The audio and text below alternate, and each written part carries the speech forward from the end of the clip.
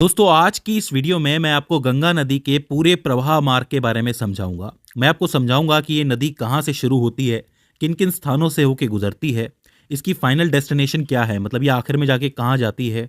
इसके अलावा इसकी सहायक नदियाँ कौन कौन सी होती हैं, ये सारी की सारी चीज़ें आज हम लोग समझेंगे। तो आप कह सकते हो कि पूरा गंगा नदी का तंत्र आपको एक नक्शे से समझ में आ जाएगा। अब आपका पहला काम तो ये है कि जो चीज़ मैं आपको नक्शे से समझाऊंगा पहले तो आपको वो बनानी है। इसके अलावा साथ के साथ जो मैं फैक्ट्स आपको बताता हूं उसको आपको लिखते जाना है, क्योंकि उससे डायरेक्टली प्रश्न बनते हैं। तो ज़्यादा देर ना करते हुए हम शुरू करते हैं। देखिए, सबसे पहले तो कुछ चीज़ें जान लीजिए गंगा नदी के बारे में। भारत की भूमि पर बहने वाली सबसे लंबी नदी गंगा नदी ही है, जिसकी लंबाई तकरीबन 2525 किलोमीटर है। यानी कि बहुत लंबा ये बहती है, बहुत लंबा इसका मार्ग होता है। ठीक है। ये नदी दो देशों से होकर गुजरती है, एक तो भारत है, दूसरा बांग्लादेश है। भारत में इसे गंगा नदी के नाम से जाना जाता है, वहीं बांग्लादेश में इसे पद्मा नदी के नाम से जाना जाता है। ठीक है। अच्छा, भारत के ऐसे 5 राज्य हैं जिसपे से गंगा नदी होकर गुजरती है। एक है उत्तराखंड, जहां से ये शुरू होती है, फिर आता है उत्तर प्रदेश, फिर बिहार, फिर झारखंड के थोड़े बहुत हिस्से, और फिर पश्चिम बंगाल। अभी इस रास्ते को मैं आपको अच्छी तरीके से मैप की मदद से समझाऊंगा और आपको अच्छी तरह समझ में आएगा। देखिए, गंगा नदी जो है वो अपने स्वयं शुद्धिकरण गुणों के कारण जानी जाती है। मतलब ऐसा कहा जाता है कि इसके अंदर कीड़े नहीं लगते। इसका क्या कारण है? देखो, इस नदी में ऑक्सीजन का स्तर जो होता है वो बहुत ज्यादा होता है, जिसकी वजह से इसका पानी लंबे समय तक ताजा बना रहता है। वैज्ञानिकों के मुताबिक इस गंगा नदी के पानी में बैक्टीरियोफेज नामक एक वायरस होता है, जो हानिकारक सूक्ष्म जीवाणुओं से लड़ता है, मतलब उन्हें पनपने ही नहीं देता, और इस वजह से ये पानी लंबे समय तक ताजा बना रहता है और साथ ही इसमें कीड़े भी नहीं लगते। तो ये जो स्वयं शुद्धिकरण का गुण है ये बहुत इंपॉर्टेंट होता है गंगा नदी के लिए। इस चीज को आपको याद रखना है। अच्छा, दो चीजें और हैं। पहली ये कि गंगा नदी को 2008 में भारत की राष्ट्रीय नदी घोषित किया गया था। भारत की राष्ट्रीय नदी कौन सी है पूछा जाता है तो आपको गंगा नदी लिखनी है। और गंगा नदी के अंदर जो डॉल्फिन पाई जाती है, गंगा डॉल्फिन जिसको कहते हैं, उसको भारत का राष्ट्रीय जलीय जीव घोषित किया गया है। तो ये दो फैक्ट हैं जो पूछ लिए जाते हैं कि भारत की राष्ट्रीय नदी कौन सी है और भारत का राष्ट्रीय जलीय जीव कौन सा है। चलिए अब हम इसके प्रवाह मार्ग की बात करते हैं और शुरुआत करेंगे इसके उद्गम के साथ कि ये नदी शुरू कहाँ से होती है। तो देखो, ये नदी एक सतत वाहिनी नदी है, लगातार बहती रहती है। तो ये नदी निकलती ग्लेशियर से है। हमारे देश के अंदर बहुत सी ऐसी पहाड़ियां हैं जो बर्फ की बनी हुई हैं और उन्हें हम हिमानी के नाम से जानते हैं। तो एक हिमानी है जिसे गंगोत्री हिमानी कहा जाता है और दूसरी को संतोपत हिमानी कहा जाता है। इन दोनों हिमानियों से दो नदियां निकलती हैं। जो गंगोत्री हिमानी है उससे निकलती है आपकी भागीरथी नदी, और ये जो आपकी संतोपत है इससे निकलती है आपकी अलकनंदा। अब यहां से ध्यान देना, यहां से निकलेगी भागीरथी और यहां से निकलेगी आपकी अलकनंदा, जाके एक पॉइंट पे ये मिलती हैं जिसको आप कहते हो देवप्रयाग। और देवप्रयाग पे जाकर के ये दोनों आपस में जब मिलती हैं तब ये बनती है गंगा नदी। तो इसका मतलब गंगा कहीं से निकल नहीं रही है, गंगा दो नदियों से बन रही है, एक भागीरथी, दूसरी अलकनंदा। तो आप इन्हें गंगा नदी की भी जनक नदी कह सकते हो। तो ये चीज आपको पहली याद रखनी है। अच्छा, एक चीज आप याद रखिए कि ये जो संतोपत हिमानी है, यहीं पे आपका बद्रीनाथ टेम्पल भी है। तो पूछ लिया जाता है कि बद्रीनाथ के आसपास से कौन सी नदी निकलती है, तो अलकनंदा निकलती है। अब यहां पे आपको एक चीज तो क्लियर हो गई कि देवप्रयाग पे दो नदियां आ रही है, लेकिन आपकी जो अलकनंदा नदी है ये भी कोई सिंगल नदी नहीं है। इसके पास भी सहायक नदियां होती हैं। इसके पास 4 सहायक नदियां होती हैं। देखो ध्यान से समझना, एक जो आती है वो यहां से निकल के आती है जिसको आप कहते हो धौली गंगा, और धौली गंगा यहां कहीं आके मिलती है जिसको आप विष्णु प्रयाग के नाम से जानते हो। विष्णु प्रयाग का नाम आपने सुना होगा कई बार, ये एक पॉइंट है बद्रीनाथ टेम्पल के पास में। इसके बाद आप थोड़ा नीचे आओगे तो एक नदी और आती है जिसको नंदाकिनी के नाम से जाना जाता है, नंदाकिनी, जो यहां आकर के मिलती है नंद प्रयाग के ऊपर। ठीक है। और फिर नीचे एक नदी और आती है जिसको पिंडार नदी के नाम से जाना जाता है, जो यहां कहीं आकर के मिलती है, और इस जगह को आप लोग कहते हो कर्ण प्रयाग। तो 3 प्रयाग हो जाते हैं, विष्णु प्रयाग, नंद प्रयाग, कर्ण प्रयाग। ठीक है। यहीं बीच में जहां पे कहीं पे केदारनाथ टेम्पल है, यहां पे भी एक हिमानी है जहां से एक नदी बह के आती है जिसको आप कहते हो मंदाकिनी नदी, और वो यहां कहीं आके मिलती है। इस जगह को आप कहते हो रुद्र प्रयाग। तो 4 प्रयाग हो गए। एक हो जाता है आपका विष्णु प्रयाग, दूसरा नंद प्रयाग, तीसरा कर्ण प्रयाग और चौथा रुद्र प्रयाग, और आखिर में आके 5वां आता है आपका देव प्रयाग। तो आप कहो कि अलकनंदा नदी की कितनी सहायक नदियां हो गई? 4 नदियां हो गई। कौन कौन सी? एक होती है धौली गंगा, एक नंदाकिनी, एक पिंडार नदी और एक मंदाकिनी। तो उद्गम स्थल आपको समझ में आया कि गंगा नदी के बनने में किन किन का हाथ होता है। ठीक है, अब हम आगे चल सकते हैं।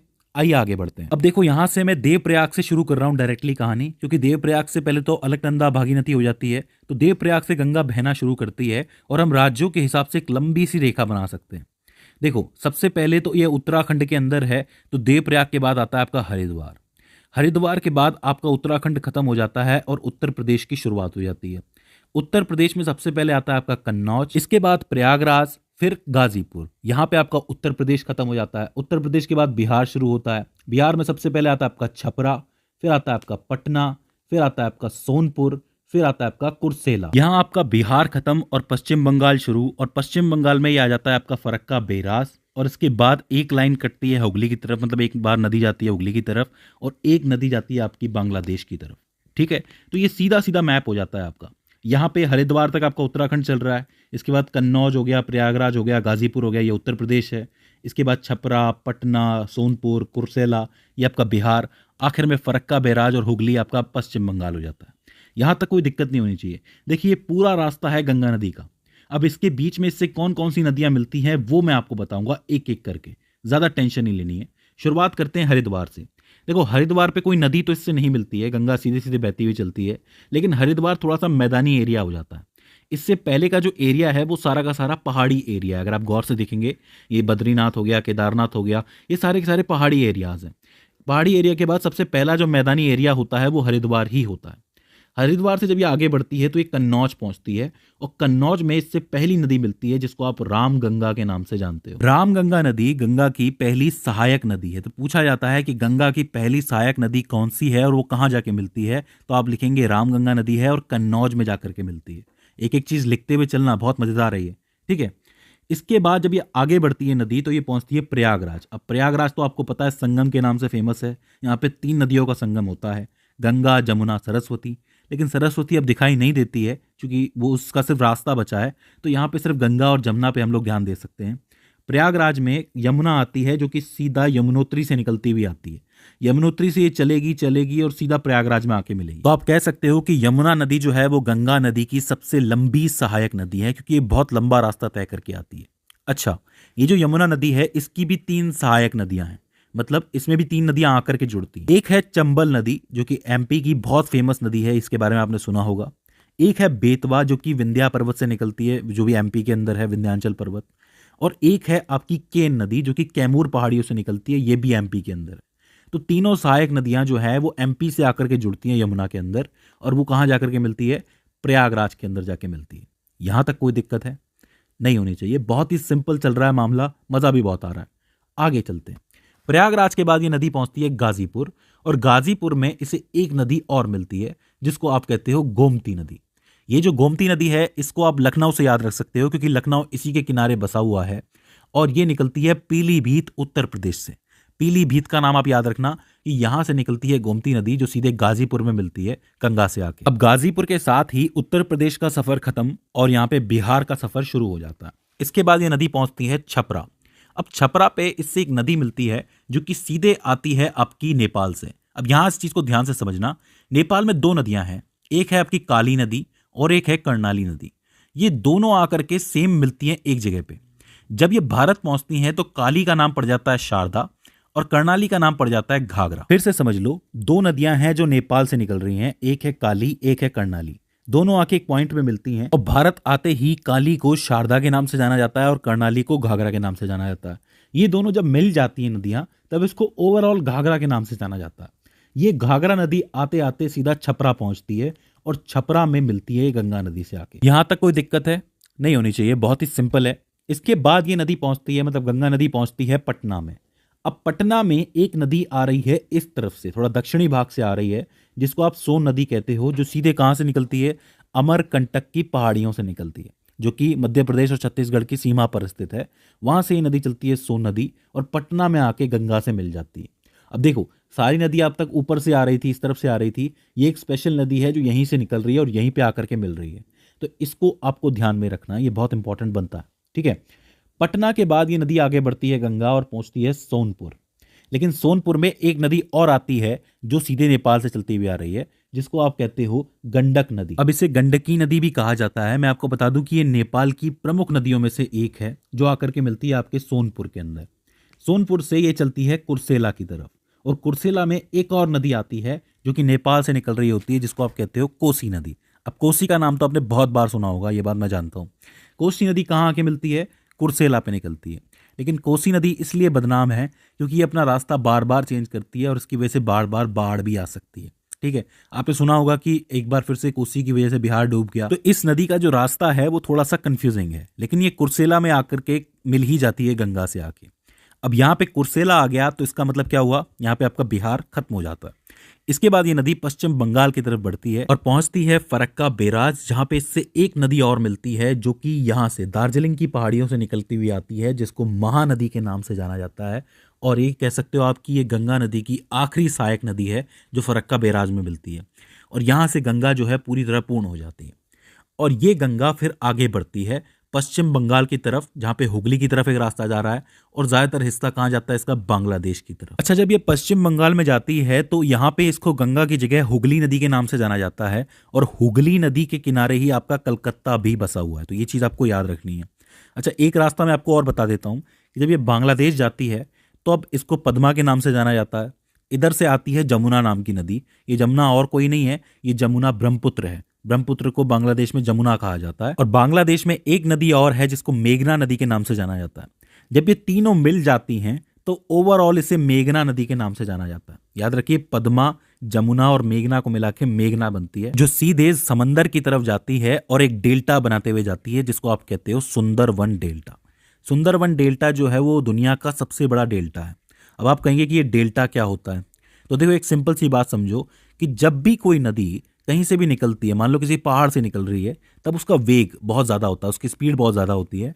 तो स्पीड के साथ वो बहुत सारी मिट्टी होती है, बहुत सारी चीज़ें होती हैं जो एक साथ बहती हुई लेके आती है। लेकिन जब वो मैदानी एरिया में पहुंच जाती है, समंदर के पास पहुंच जाती है, तब उसका वेग कम हो जाता है, स्पीड कम हो जाती है। लेकिन साथ में मिट्टी तो बह ही रही है, तो मिट्टी जो है वो भारी होती जाती है। तब इस किनारे पे क्या होता है ना, समुद्र के किनारे पे ये जो नदियां हैं इनकी स्पीड बहुत कम हो जाती है और मिट्टी रुक जाती है। तो ऐसे में नदी क्या होती है कि मिट्टी को तो छोड़ देती है और अलग अलग रास्ते बना के निकल जाती है। आप देख सकते हैं ये जो ट्रायंगल बने हुए हैं, इसी को आप डेल्टा कहते हो। ये पानी इस तरीके से निकल जाता है नदियों का, बट रही है नदी, आप देख रहे हो, ये फिर जाके समंदर में मिलती है। और इस पूरी जगह को आप डेल्टा कहते हो। ये जो मिट्टी के बने हुए टीले, ये जो ट्रायंगल टीले हैं, इनको डेल्टा कहते हो। और सुंदरवन डेल्टा जो है वो दुनिया का सबसे बड़ा डेल्टा है। तो दोस्तों, ये हो जाता है गंगा नदी का पूरा प्रवाह मार्ग। आई होप आपको समझ में आया हो। अगर आपने एक भी फैक्ट मिस किया है तो प्लीज वापस जाइए और उसको दोबारा सुनिए और लिखिए, क्योंकि इन सभी फैक्ट से आपके सवाल जरूर बने। जैसा कि आपको पता है कि मैं आपको गंगा नदी तंत्र बता चुका हूं, और आप ये भी जानते हो कि गंगा नदी दो नदियों से मिलकर बनती है। अलकनंदा नदी के प्रवाह मार्ग को समझने के लिए हम चलते हैं उत्तराखंड, और उत्तराखंड में है संतोपत हिमानी या फिर संतोपत ग्लेशियर, और उसके पास में है भागीरथ खंडक ग्लेशियर। ये दो ग्लेशियर है, काफी इंपॉर्टेंट है। इन्हीं के पिघलने से एक नदी का निर्माण होता है जिसका नाम है विष्णु गंगा। जी हाँ, सबसे पहले इसका नाम याद रख लो, विष्णु गंगा नदी है जो संतोपत हिमानी और भागीरथ खंडक ग्लेशियर से निकलती है। इसी नदी के थोड़ा आगे जब आप बढ़ते हो तो आपको सबसे पहले माना गांव मिलता है। मैं आपको बता दूं कि माना गांव भारत का आखिरी गांव माना जाता है, तो काफी इंपॉर्टेंट जगह है ये माना गांव। और जब माना गांव से थोड़ा आगे ये नदी बढ़ती है तब ये पहुंचती है बद्रीनाथ। जी हाँ, बद्रीनाथ भी इसी के रास्ते में पड़ता है, विष्णु गंगा के रास्ते में, तो इसको आप लोग याद रख लो। मैं आपको बता दूं कि बद्रीनाथ जो है 4 धामों में से एक धाम माना जाता है। जब विष्णु गंगा थोड़ा आगे बढ़ती है तो इसी के ऊपर एक बांध मिलता है जिसका नाम है विष्णु प्रयाग हाइड्रो इलेक्ट्रिक बांध। याद रखना, विष्णु प्रयाग हाइड्रो इलेक्ट्रिक बांध। और इसके थोड़ा आगे पड़ता है विष्णु प्रयाग, जहां पे विष्णु गंगा से मिलती है सफेद गंगा या फिर धौली गंगा। देखिए, धौली गंगा का मतलब ही होता है सफेद गंगा। इसका रंग ही थोड़ा सा धौला है, सफेद है, इसलिए धौली गंगा हो जाती है। मैं आपको बता दूं कि धौली गंगा के अंदर भी 2 नदियां मिलती है, एक गिरथी गंगा और एक ऋषि गंगा। उनके मिलने के साथ ही ये धौली गंगा पूरी होती है। और धौली गंगा और विष्णु गंगा जहां मिलती हैं उसको विष्णु प्रयाग कहा जाता है। अब यहाँ पे एक बात आपके लिए जानना जरूरी है कि जब 2 नदियां आपस में मिलती है, अगर कोई एक नदी दूसरी नदी से ज़्यादा गहरी है तो वही मेन नदी कहलाती है, मतलब उसका नाम बदलता नहीं है। लेकिन अगर दोनों नदियों का पानी का वाटर लेवल समान हो जाए, मतलब दोनों की गहराई समान हो जाए, तो उन नदियों से जो नदी बनती है उसे अलग नाम देना पड़ता है। कहने का अर्थ यह है कि विष्णु गंगा और धौली गंगा जिस जगह पे मिलती हैं विष्णु प्रयाग में, वहाँ पे इन दोनों नदियों की जो गहराई है वो एक समान होती है, वाटर लेवल एक समान होता है। तो ऐसे में जो नई नदी बनेगी उसको नया नाम देना पड़ेगा, और जो नई नदी निकलती है उसी का नाम है अलकनंदा नदी। तो अलकनंदा नदी का निर्माण कैसे हुआ? जब विष्णु गंगा और धौली गंगा विष्णु प्रयाग पे आके मिली और दोनों का जो वाटर लेवल है वो समान था, गहराई समान थी, इस वजह से जो नई नदी निकली उसका एक नया नाम पड़ा जिसका नाम है अलकनंदा नदी। यहां तक कोई दिक्कत है? नहीं होनी चाहिए। ये जो आपका विष्णु प्रयाग है, इस विष्णु प्रयाग के बिल्कुल पास में, या यूं कह लो कि विष्णु प्रयाग से बिल्कुल सट के ही एक जगह और पाई जाती है जिसका नाम है जोशी मठ। ये जो जोशी मठ है ये भी काफ़ी ज़रूरी जगह है, ज़रूरी पॉइंट माना जाता है, क्योंकि यहाँ से कई सारे रास्ते खुलते हैं, कई जगहों पर जाने के रास्ते खुलते हैं। तो जोशी मठ का नाम आप याद रख लो, विष्णु प्रयाग के बिल्कुल पास में। अब अलकनंदा विष्णु प्रयाग से आगे बढ़ती है, और आगे बढ़ती है तो इसमें एक नदी और आके मिलती है जिसका नाम है कल्पगंगा। कल्पगंगा यूं तो बहुत लंबी नदी नहीं है, लेकिन काफ़ी इंपॉर्टेंट नदी है, इसलिए इसको याद रखना है। कल्पगंगा के थोड़ा आगे चल के एक और नदी आके मिलती है जिसका नाम है बिरही गंगा। बिरही गंगा का नाम भी आप याद रख लो, कल्पगंगा, बिरही गंगा, दोनों कहाँ मिलती है? विष्णु प्रयाग के बाद मिलती है। अच्छा, बिरही गंगा के पास ही एक इंपॉर्टेंट गांव पाया जाता है जिसका नाम है चमोली गांव। इसका नाम आपने सुना होगा, चमोली गांव, काफी जरूरी नाम है, इसको जरूर याद रखना। और चमोली गांव के बाद ही आता है आपका दूसरा प्रयाग जिसका नाम है नंद प्रयाग। नंद प्रयाग वो जगह है जहां पे नंदाकिनी नदी अलकनंदा से मिलती है, पर चूंकि नंदाकिनी नदी कम गहरी है और अलकनंदा ज़्यादा गहरी है तो आगे भी इसका नाम अलकनंदा ही रहता है। तो दूसरा पंच प्रयाग कौन सा है? नंद प्रयाग है, इसको याद रखो। पहला है विष्णु प्रयाग, दूसरा है नंद प्रयाग। इसके बाद अलकनंदा तीसरे प्रयाग पे पहुंचती है जिसका नाम है कर्ण प्रयाग, और यहाँ पे आती है आपकी पिंडार नदी या फिर पिंडर नदी। मैं आपको बताऊं कि एक ग्लेशियर है जिसका नाम है पिंडर ग्लेशियर या फिर पिंडर हिमानी, वहां से ये नदी निकलती है और आके अलकनंदा नदी में मिल जाती है। तो ये तीसरा जरूरी प्रयाग हो जाता है कर्ण प्रयाग, पिंडार नदी। इसके बाद एक और नदी चलती आती है केदारनाथ से, इसको याद रखो, केदारनाथ के पास एक ग्लेशियर है, वहां से नदी निकलती है जिसका नाम है मंदाकिनी नदी।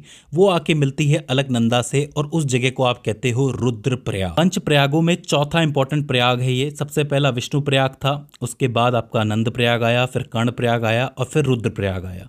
रुद्रप्रयाग में कौन सी नदी मिलती है? मंदाकिनी नदी मिलती है।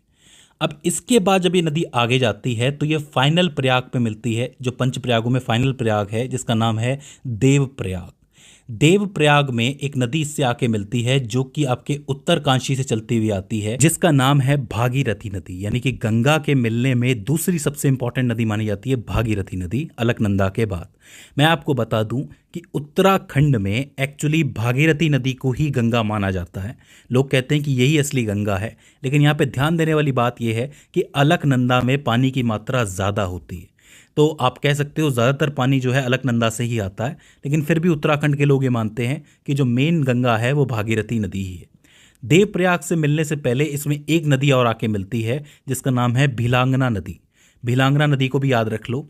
और भीलांगना नदी के आगे ही आपके दो बांध बने हुए हैं, एक है कोटेश्वर बांध और एक है टिहरी बांध। टिहरी बांध जो है सबसे ऊंचा बांध माना जाता है, 260 मीटर की तकरीबन ऊंचाई है इसकी। ये बांध जो है विद्युत उत्पादन और सिंचाई के लिए काफी जरूरी माना जाता है। तो इन दोनों को याद रखो, टिहरी बांध और कोटेश्वर बांध। अच्छा, देवप्रयाग में जब भागीरथी और अलकनंदा मिल जाती हैं तब यहाँ पे भी इनका वाटर लेवल समान हो जाता है, दोनों की गहराई समान हो जाती है। तो अब जो नई नदी बनेगी उसको नया नाम देना पड़ेगा और उसका नया नाम क्या है? गंगा नदी। तो इस तरीके से अलकनंदा चलती हुई आती है। देखिए, जितने भी स्थान मैंने आपको बताए हैं वो बहुत जरूरी हैं क्योंकि उनसे सवाल बनता है। तो मुझे उम्मीद है कि आपको पूरा प्रवाह मार्ग समझ में आ गया होगा अलकनंदा नदी का। अब जब आप लोगों ने वीडियो देख ली है तो मुझे उम्मीद है कि आपको समझ में आया होगा कि अलकनंदा नदी क्यों इतनी इंपॉर्टेंट है और क्या क्या इसके अंदर क्वेश्चन बन सकते हैं। अगर इसके बाद भी इस वीडियो के अंदर आपको कोई दिक्कत आती है, कोई क्वेरी आती है, तो आप हमें कमेंट सेक्शन में बता सकते हैं। तो दोस्तों, आज की इस वीडियो के अंदर बस इतना ही। See you in the next one.